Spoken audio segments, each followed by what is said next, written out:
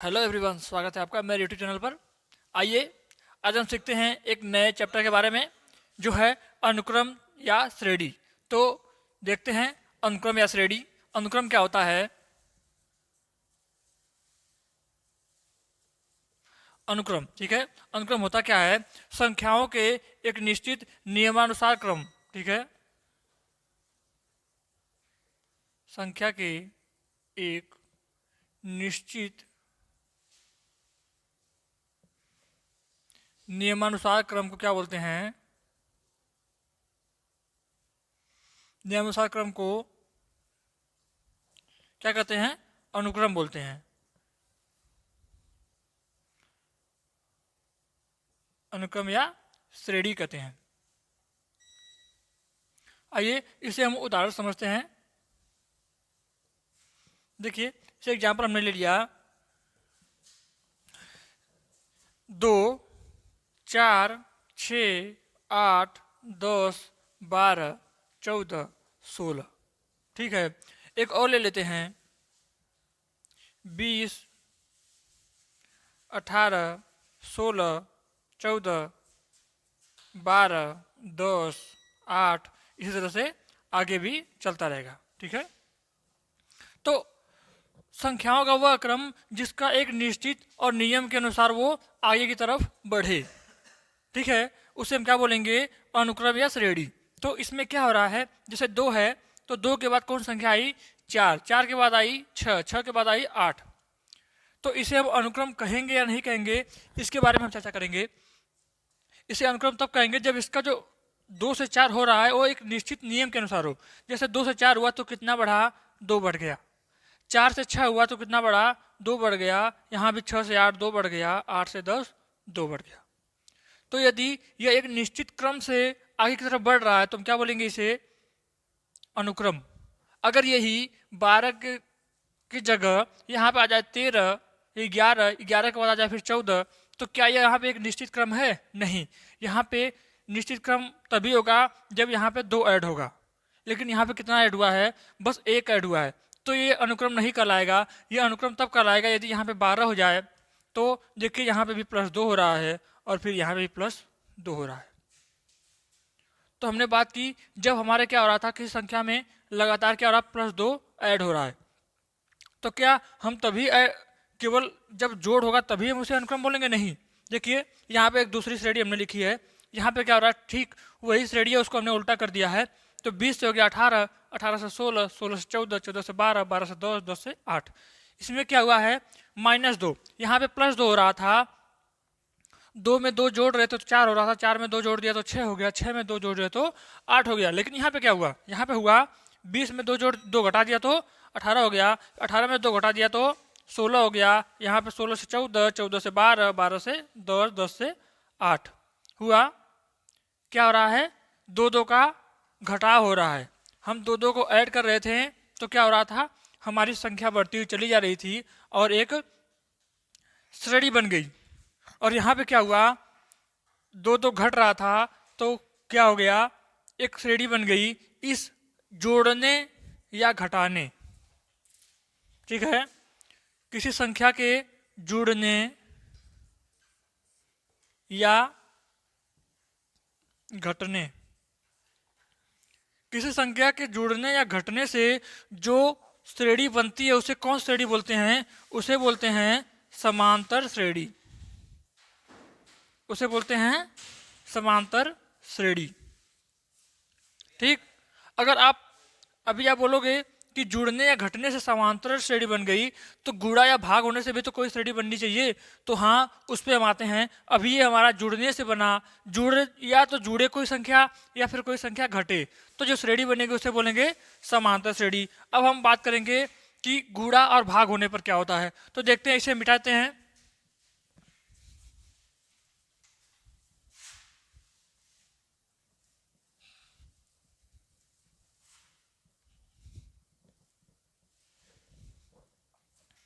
अब बनेगी, हम एक एग्जाम्पल लेते हैं। जैसे ले लिया 2, फिर 2 में 2 गुणा हुआ 4, 4 में 2 गुणा हुआ 8, 8 से 16, 16 से 32, 32 से 64 हो गया। तो यहाँ पे क्या हुआ, ये एक संख्या थी 2, फिर 2 में गुणा हुआ किसका, 2 का, तो क्या बन गया, 4 बन गया। फिर 4 में गुणा हुआ 2 का, तो क्या बन गया, 8 बन गया। 8 में गुणा हुआ 2 का, तो क्या बन गया, 16 बन गया। 16 में गुणा हुआ 2 का, तो क्या बन गया, 32। 32 में गुणा हुआ 2 का, तो 64। तो ये भी एक श्रेणी बन रही है, ये भी एक निश्चित नियम के अनुसार गुणा हो रहा है कि 2 में 2 से गुणा हुआ 4 हुआ, 4 में 2 से फिर 8, 8 में 2 से तो 16, 16 में 2 से तो 32। तो ये था हमारा गुणा होने पर बना हुआ अनुक्रम। क्या होने पर, गुणा होने पर। अब भाग होने पर भी बनेगा, इसी को हम उल्टा लिख देते हैं। 64, 64 के बाद 32, 32 के बाद 16, 16 के बाद 8, 8 के बाद 4, 4 के बाद 2। इसमें क्या हो रहा है, 64 में 2 से भाग हो गया ना भाग। जब 2 से भाग हुआ डिवाइड बाई 2, तो क्या हो गया, 32। 32 में 2 से भाग हो गया तो 16, 16 में 2 से भाग हो गया तो 8, 8 में 2 से भाग हो गया तो 4, 4 में 2 से भाग हो गया तो 2। तो इस प्रकार से जो गुणा और भाग होने पर जो श्रेणी बनती है उसे हम क्या बोलते हैं, गुणोत्तर श्रेणी। गुणोत्तर श्रेणी। आज के क्लास में हम चर्चा करेंगे किसके ऊपर, समांतर श्रेणी के ऊपर। जो पहली वाली श्रेणी जो जोड़ने और घटाने पर श्रेणी बन रही थी, हम उस पर चर्चा करेंगे, जानेंगे क्या है और ये किस प्रकार से हम इसमें पदों की संख्या ज्ञात करते हैं, अंतिम पद ज्ञात करते हैं, प्रथम पद ज्ञात करते हैं इसमें। तो आइए देखते हैं हम समांतर श्रेणी के बारे में।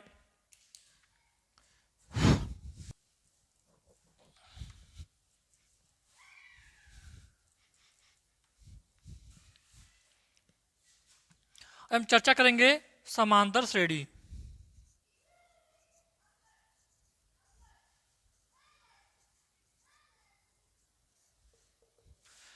क्लास 10 एनसीईआरटी एक महत्वपूर्ण चैप्टर, ठीक है, इसमें क्वेश्चन आना तय है, तो हम इसे ध्यान से पढ़ते हैं।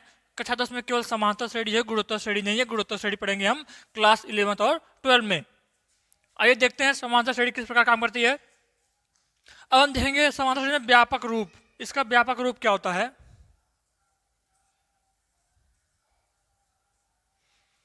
व्यापक रूप क्या होता है, ए कामा ए प्लस डी, ये A plus 2d, A plus 3d dot dot dot बढ़ता जाएगा, ठीक है। अब ए होता क्या है, ए क्या इसमें, ए है प्रथम पद, क्या है, प्रथम पद। डी क्या है, डी क्या है, डी को बोलते हैं सर्वांतर। सर्वांतर इसमें पदों को, जैसे पदों की संख्या है, तो ये कौन सा है, प्रथम पद है, इसे बोलते हैं प्रथम पद, हमने बता दिया।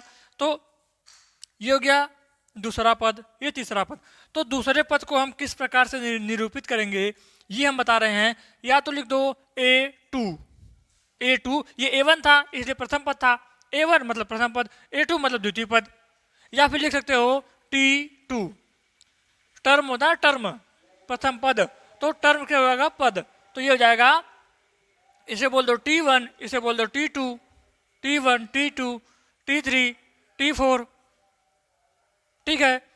या फिर A1, A2, A3, A4 हो जाएगा पदों की संख्या। अगर हमें बोलना हो पांचवा पद कौन सा होगा, तो A5, क्या हो जाएगा, A5 या T5, ठीक, A5 या T5। तो आइए देखते हैं, ये था हमारा व्यापक रूप। ए आपको पता चल गया। सर्वांतर क्या होता है, अब मैं एक श्रेणी लेके आपको सर्वांतर दिखाता हूँ, सर्वांतर होता क्या है और ये सर्वांतर इसे क्यों कहते हैं, ठीक है। जैसे हमने लिख दिया यहाँ पे 2, ठीक, एक श्रेणी ले लेते हैं 10, 15, 20, 25, 30, 35 हो गया। ये हमारे पास एक श्रेणी आ गई। तो इसमें डी क्या है, डी क्या होता है, डी बराबर होता है कि कोई भी दो क्रमिक पद का अंतर। तो ये क्रम से है T2 minus T1, T2 minus T1, कोई भी दो पद ले सकते हो, बराबर T4 माइनस T3 बराबर T6 minus T4 T5 T8 minus T7। देखते हो, कोई भी दो पद ले लो, 35 में से 30 घटा लिया, 30 में से 25 घटा लिया, 25 में से 20 घटा लिया, 20 में से 15 घटा लिया। कोई भी दो पद ले लो, 2 में से 1 घटा लो तब भी सर्वांतर आ जाएगा, 4 में से 3 घटा लो तो भी सर्वांतर आ जाएगा, 6 में से 5 घटा लो तो भी सर्वांतर आ जाएगा। तो इस प्रकार से हम क्या निकालते हैं, सर्वांतर। ठीक है। अगर यहाँ पे आपको T2 न लिखना हो तो A2 minus A1, A4 minus A3, A6 minus A5, A7 A8 minus A7। तो कैसे निकालेंगे इसका सर्वांतर, कितना D कितना होगा, 15 माइनस 10, तो कितना सर्वांतर आ गया, 5। अब ये मैंने, अगर इतने पे ही हमारा काम हो जा रहा था T2 माइनस T1 से ही, तो मैंने ये सब क्यों लिखा है, आपके दिमाग में ये चल रहा होगा। तो मैं बता दूं क्यों लिखा है, कि मैं आपको ये बताना चाहता हूं कि हर जगह ये बराबर आता है, सबका अंतर है, सर्वांतर है ना, सबका अंतर है। कोई 20 में से 15 ले लो, चौथा पद कितना, 25 में से 20, 25 में से 20 कितना आ गया, 5 आ गया ना। 30 में से 25, 30 माइनस 25 तो कितना आ गया, 5। तो ये सर्वांतर, इसीलिए इसका नाम है कि सबका अंतर ये बराबर होता है। ठीक। कोई भी क्रम से दो पद ले लोगे तो क्या हो जाएगा, वो सर्वांतर हो जाएगा, उसको घटा दोगे तो क्या हो जाएगा, सर्वांतर आ जाएगा। ठीक है। अब आइए कुछ और चर्चा करते हैं।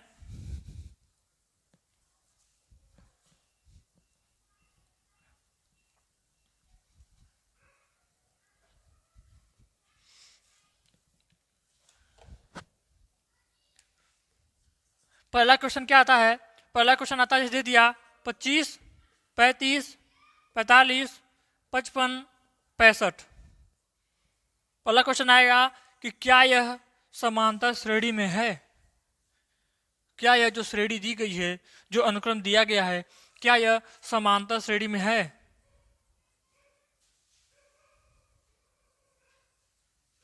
क्या करेंगे हम क्या करेंगे, सर्वांतर हम लिखेंगे, यदि सर्वांतर बराबर होगा, यदि सर्वांतर बराबर होगा तो यह श्रेणी क्या होगी, तो श्रेणी को क्या होगी, समांतर होगी। श्रेणी क्या होगी, समांतर होगी। सर्वांतर कैसे, डी कैसे करेंगे, डी बराबर बताया था A2 minus A1, A2 minus A1 कर लो, बराबर किसके होना चाहिए, A3 माइनस A2 होना चाहिए, बराबर A4 माइनस A3, या बराबर A5 माइनस A4 होना चाहिए। ठीक। दूसरे में से पहला घटा दो, तीसरे में से दूसरा घटा दो, चौथे में से तीसरा घटा दो, पांचवें में से चौथा घटा दो, घटा दोगे। यदि तुम्हारा सर्वांतर बराबर आ रहा है तो इसका मतलब है कि जो श्रेणी है वो कौन सी होगी, समांतर श्रेणी होगी।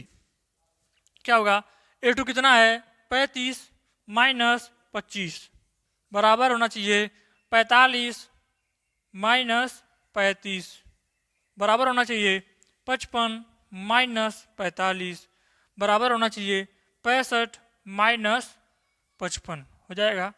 देखो इसका मान आ गया 10 बराबर 10 बराबर 10 बराबर 10, सबका सर्वांतर बराबर आ गया। तो ये क्या होगी, ये श्रेणी क्या होगी, समांतर होगी। ये श्रेणी कौन सी श्रेणी होगी, समांतर श्रेणी होगी। क्या किया हमने क्या किया, सर्वांतर निकाल लिया। कोई श्रेणी दे दिया, इसे लिख के दे दिया कि ये बताओ है कि नहीं है। हमने क्या किया, कहेंगे श्रेणी समांतर तभी होगी जब सर्वांतर समान होगा।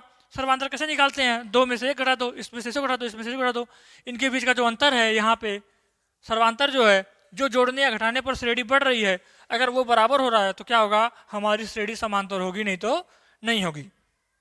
इस प्रकार से हम ज्ञात कर लेंगे। अब ये जोड़ने पर भी आ सकता है, घटाने पर भी आ सकता है। अगर इस श्रेणी को यहाँ शुरू किया जाए 65, 55, 45, 35, 25, तो हमारा क्या आएगा, जो डी आएगा वो ऋणात्मक आ सकता है। तो ऋणात्मक या धनात्मक आने से, डी के ऋणात्मक या धनात्मक आने से श्रेणी पे कोई प्रभाव नहीं पड़ेगा, वो श्रेणी समान रहेगी। बस बराबर, बस करना यह है, बस होना ये चाहिए कि डी हमारा क्या आना चाहिए, बराबर आना चाहिए। डी बराबर आ गया मतलब हमारी श्रेणी समांतर है। तो आइए देखते हैं एक और क्वेश्चन।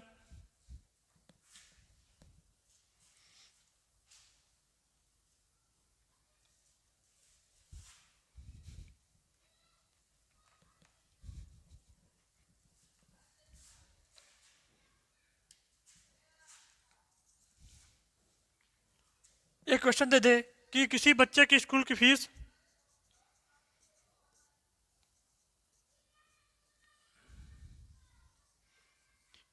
फीस कितनी है? 100 रुपया पर मंथ है। 100 रुपया पर मंथ है।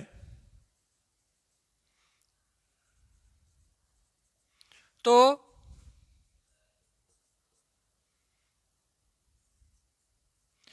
फीस जमा करना समांतर श्रेणी में है या नहीं? फीस जमा करना प्रति मंथ फीस जमा करना समांतर श्रेणी में है या नहीं?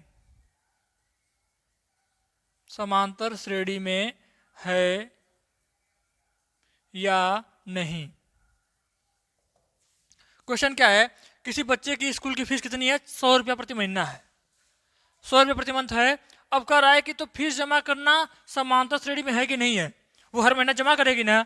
जो जिसके बच्चा रहेगा, पेरेंट्स जाएंगे, जनवरी में जमा करेंगे 100 रुपया, फरवरी में जमा करेंगे 100 रुपया, मार्च में जमा करेंगे 100 रुपया, अप्रैल में 100 रुपया, मई में 100 रुपया, जून में 100 रुपया, उस तरह जुलाई में 100 रुपया जमा कर दिया।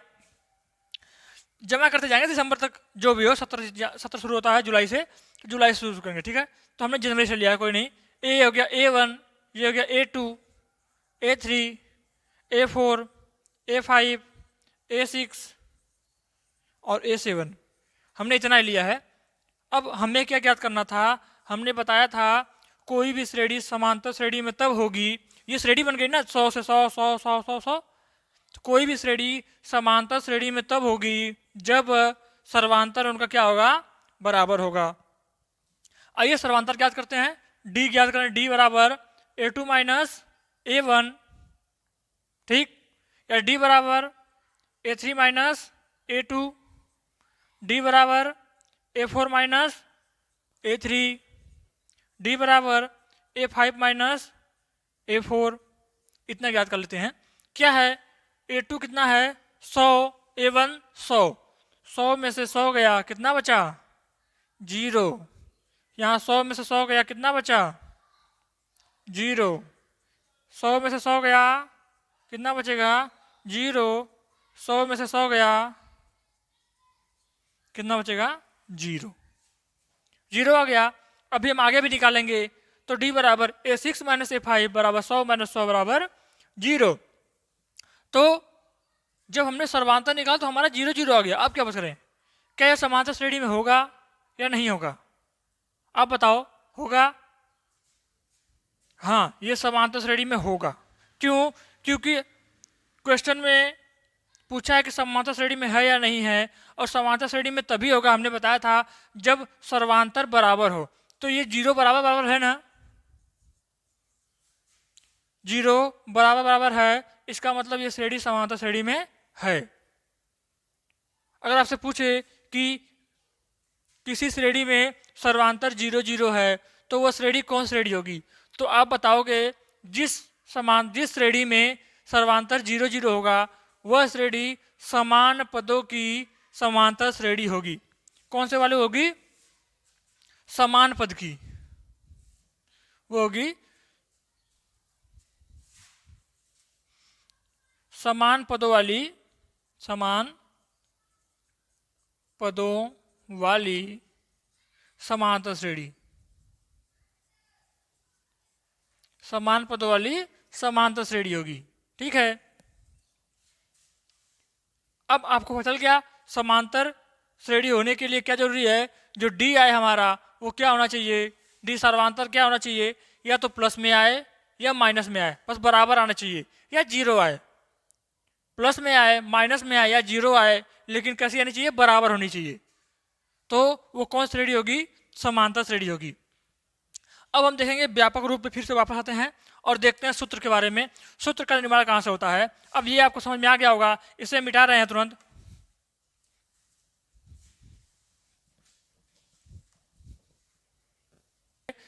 व्यापक व्यापक पद क्या था, व्यापक रूप था ए के बाद था ए प्लस डी, ठीक है। दूसरा पद था तो क्या था, ए प्लस डी। तो अगर यही तीसरा पद होता तो क्या होता, ए प्लस टू डी। तीसरा पद के लिए क्या था, टू डी। तो अगर तीसरे पद के लिए टू डी है और दूसरे पद के लिए डी है, तो इसे हम अगर विस्तार में रूप में लिख सकते हैं।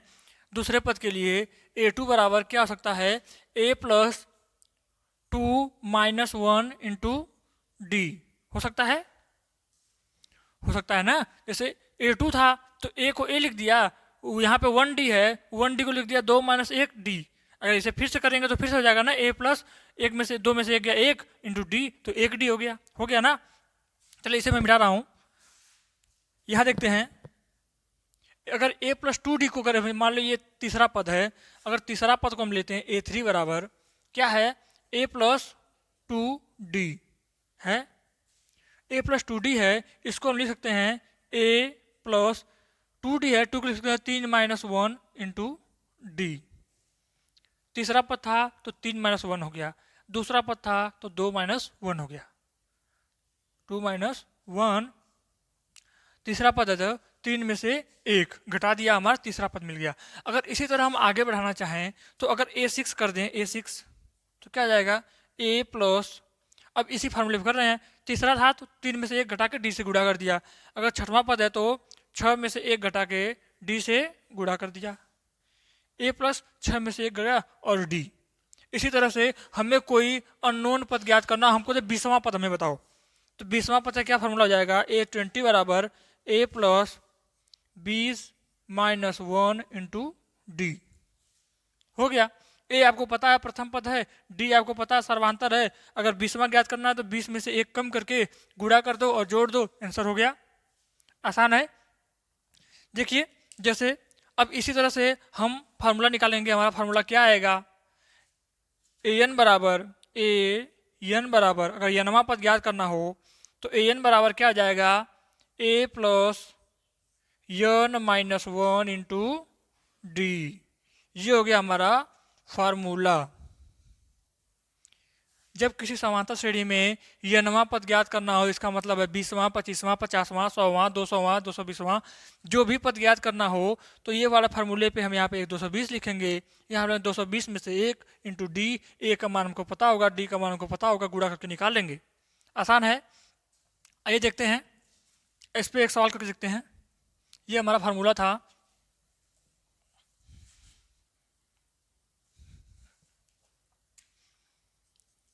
सात 14 21 28 35 42 पता है आपको। अब इस श्रेणी में हमसे पूछा जाए कि यहाँ से जाने के बाद 25वां पद क्या होगा, 25वां पद ज्ञात कीजिए। ये श्रेणी दे दी गई और उसमें पूछा गया कि 25वां पद ज्ञात कीजिए। तो हम फार्मूला कौन सा लगाएंगे, ये वाला, ए एन बराबर क्या था, A plus N minus one into D. अब 25वां मतलब क्या हो जाएगा, ये हो जाएगा एन। क्या हो जाएगा, एन का मतलब हो जाएगा 25। एनवां पद ज्ञात करो या 25वां पद ज्ञात करो। ए का मान हमको मिल गया, ये ए क्या है, ए प्रथम पद, प्रथम पद है ना, ए है प्रथम पद, तो ए 7 मिल गया। डी कैसे ज्ञात करेंगे, डी ज्ञात करेंगे किसी को भी T2 माइनस T1 या डी बराबर निकालेंगे, डी बराबर A2 माइनस A1। ठीक, A2 माइनस A1, A2 कितना है 14 में से 7 गया, कितना गया 7। हमको डी मिल गया, हमको एन मिल गया, एन 25वां, हमको ए मिल गया 7, तो ए 25 बराबर कितना हो जाएगा, 25वां पद बराबर ए का मान हमको पता है, ए का मान 7 प्लस एन माइनस वन मतलब 25 में से एक घटाएंगे, 25 माइनस वन घटाएंगे, इंटू कर देंगे डी का मान कितना आया था 7। अब इस फार्मूले की हमको जरूरत नहीं है, इसे मिटा देते हैं। क्या आ जाएगा, ये 25 बराबर मतलब इस श्रेणी का 25वां पद क्या हो जाएगा, 7 को 7 रहने दो, प्लस 25 में से 1 गया 24 गुणे 7 हो गया, ये हो गया 7, 7 चौका 28, में 2 का 7 दूना 14 दो 16, 168। ठीक है, इसमें 7 जोड़ देंगे तो 8 7 15 के पास में 1 का 6 1 7 175 आ जाएगा 175। तो ये होगा हमारा 25वां पद। मतलब यहाँ से अब ये श्रेणी 7 जोड़े 7 जोड़ा 7 जोड़ा 7 ऐड करते करते जाओगे तो 25वें स्थान पर कौन आएगा, 175 आएगा। इस क्वेश्चन की सहायता से हम ज्ञात कर लेंगे, इस इक्वेशन की सहायता से हम ज्ञात कर लेंगे। तो ये था हमारा सूत्र, ए एन बराबर A plus N minus 1 into D. आसान है। आइए देखते हैं कुछ और सवाल।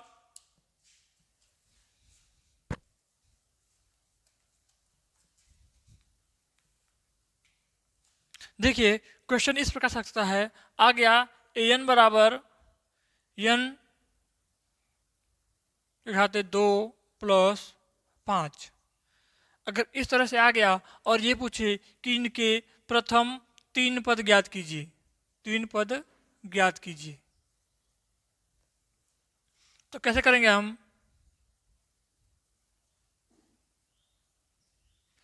कैसे करेंगे? एन तो लिखेंगे a1, एन की जगह 1 हो गया, इसका मतलब है जहां जहां एन है वहां पे क्या हो जाएगा, 1 हो जाएगा। तो एन स्क्वायर की जगह 1 का स्क्वायर प्लस 5, तो कितना हो गया, 1 प्लस 5 बराबर 6। a2 बराबर कितना हो जाएगा, एन की जगह रख देंगे 2, तो 2 घाते 2 प्लस 5 बराबर 4 प्लस 5 बराबर 9। a3 बराबर क्या हो जाएगा, 3 के घाते 2 प्लस 5 बराबर 9 प्लस 5 बराबर 9 5 14। इस तरह से हमने इस तरह से दिया हो और पूछे कि इनके प्रथम 3 पद ज्ञात कीजिए, 5 पद ज्ञात कीजिए, 6 पद ज्ञात कीजिए, तो हम बारी बारी से 1 पद 2 पद 3 पद हमने ज्ञात कर लिया। अगर 5 पद कहेगा तो 5 पद, A4 फिर A5 इस तरह से ज्ञात कर लेंगे। आइए देखते हैं हम और सवाल।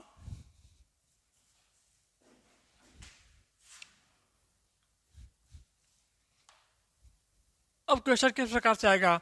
एक क्वेश्चन इस प्रकार से सकता है, जैसे दे दे प्रथम पद दे दे 25, सर्वांतर दे दे सर्वांतर 10, तो इस श्रेणी के प्रथम 4 पद ज्ञात कीजिए, प्रथम 4 पद ज्ञात कीजिए।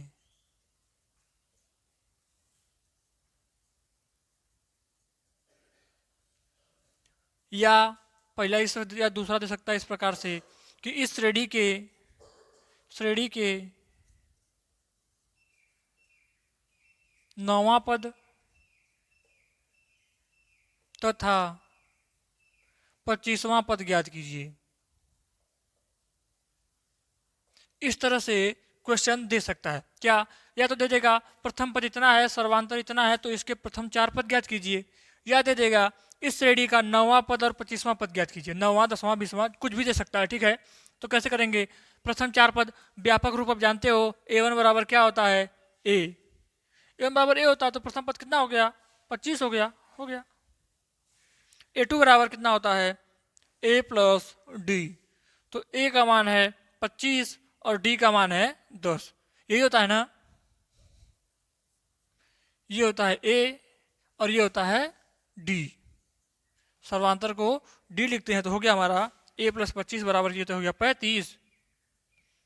द्वितीय पद कितना हो गया, 35। तृतीय पद A3 बराबर कितना होता है, A प्लस 2D, तो A का A हो गया 25 प्लस 2D का मान हो गया 2 multiply 10 is equal to 25 plus 20 is equal to 45 आ गया।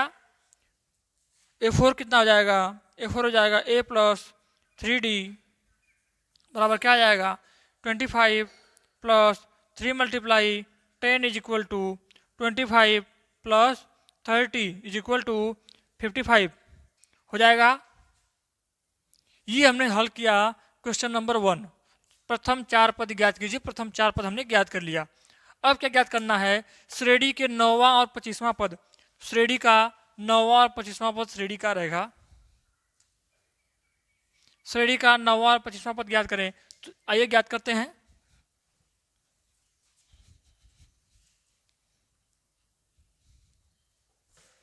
आपको पता है फार्मूला ए एन बराबर A plus N minus one into D.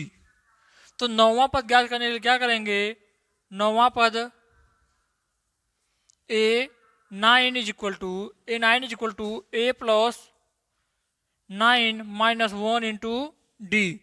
A का मान आपको पता है 25 प्लस 9 में से 1 गया 8 गुणे डी का मान है आपको 10, तो 25 प्लस 80 कितना हो जाएगा 105। ये हमारा कौन सा पद था, 9वां पद, कितना आ गया 105। अगर हमारा ज्ञात करना हो 25वां पद तो लिखोगे 25वां पद कितना हो जाएगा, A25 is equal to A plus N minus one into D. A का मान हो जाएगा 25 प्लस एन का मान हो जाएगा 25 माइनस वन इंटू डी का मान है 10। यही था ना, तो 25 का 25 प्लस ये हो जाएगा 24 गुणे 10, कितना हो गया 25 से 240 बराबर 265। इस तरह से हमने ज्ञात कर लिया कौन सा, पहले प्रथम 4 पद भी ज्ञात कर लिए, उसके बाद जब 9वां पद ज्ञात करना था तो 9वां पद भी ज्ञात कर लिया। कौन से फार्मूला से, ए एनवां पद बराबर, और 25वां पद ज्ञात करना था हमने 25वां पद भी ज्ञात कर लिया। कौन से फार्मूला से, ए एन बराबर A plus N minus one into D.